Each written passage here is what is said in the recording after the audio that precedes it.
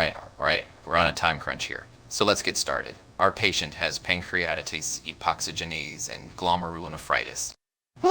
I'm not sure I agree with the first one there, Hawks. The symptoms don't quite match those of pancreatitis. Yes, I concur with Leslie. From what we know about pancreatitis, it doesn't line up with this case.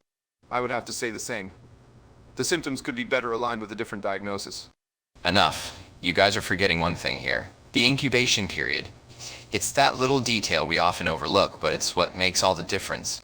Seatbelts, everyone. You're performing a salpingectomy today. Please let this be a normal operation. But Hawks, that doesn't necessarily rule out other potential diseases. And performing a salpingectomy is pretty risky for the patient, even if you think it's right, Hawks. I know. It's risky. That's why we're doctors. We take risks when necessary. For science. I'm still not convinced, Hawks. It goes against every guideline in the medical book. Well, guess what? So did most of them back then. But we keep pushing forward and breaking barriers. Oh, yeah, about that. Hawks, was that you who vandalized the billboard? No, that sounds like something Steve would do. Well, whoever Steve is, he has my thanks, I guess. You know, I agree that the original billboard was nasty, but if we're supposed to vandalize it for better messaging, shouldn't it have simply said it's Eve and Eve? Yeah, this makes it sound like Adam is no longer in the picture and you've moved on with Steve. You know what I think it means. Adam's a cuck, and maybe he's into watching Eve get screwed by the guy from Minecraft. Now, get to work. This conversation is stupid. Look, Tracy, I've been doing this for a long time. I'm telling you, this patient has an incubation period. And what am I supposed to interpret with a statement like that? Did your years of WebMD searching help you with nothing? You're not even telling me what incubation period means for this particular case. That's because we're gonna fix it with a salpingectomy. Honestly, I don't even care anymore. Make an ass out of yourself as usual. This is not going well at all, Frank. The patient's condition is critical, and I fear it's due to Hawks's inadequate decision-making. Perhaps we need to reconsider our approach.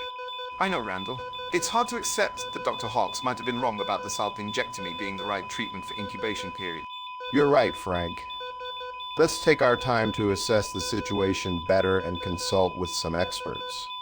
Perhaps together we can find the best course of action for this patient. In the meantime, since it's incubation period, let's put the patient inside a time cube.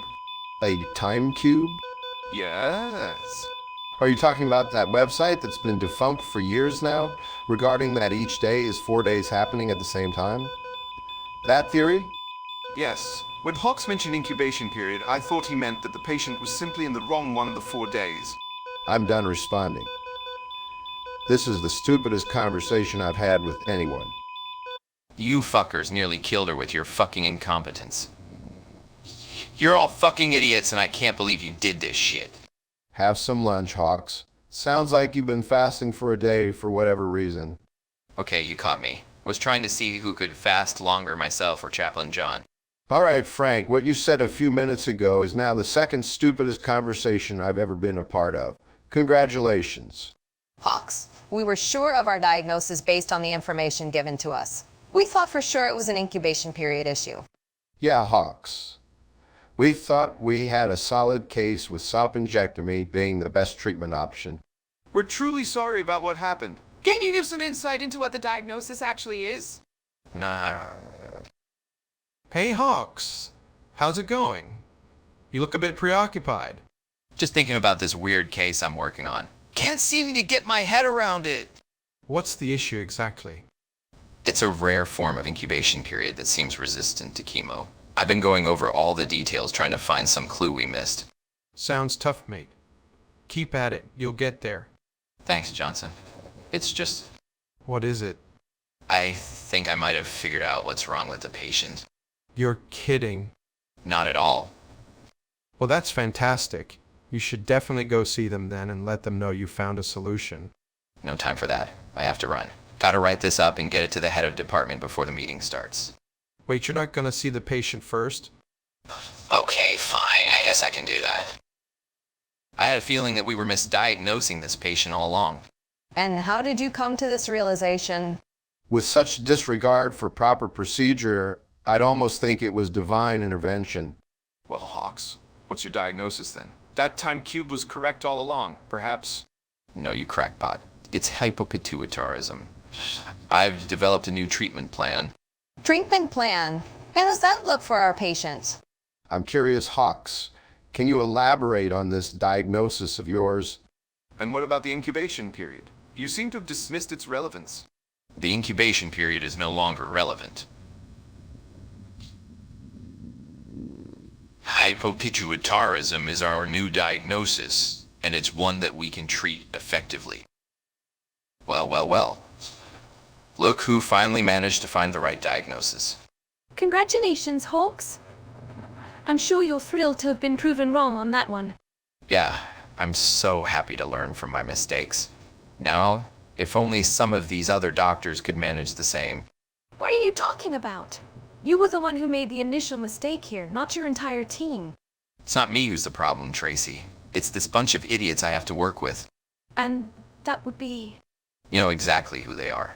A lot of them can't even follow a simple diagnostic process without screwing it up.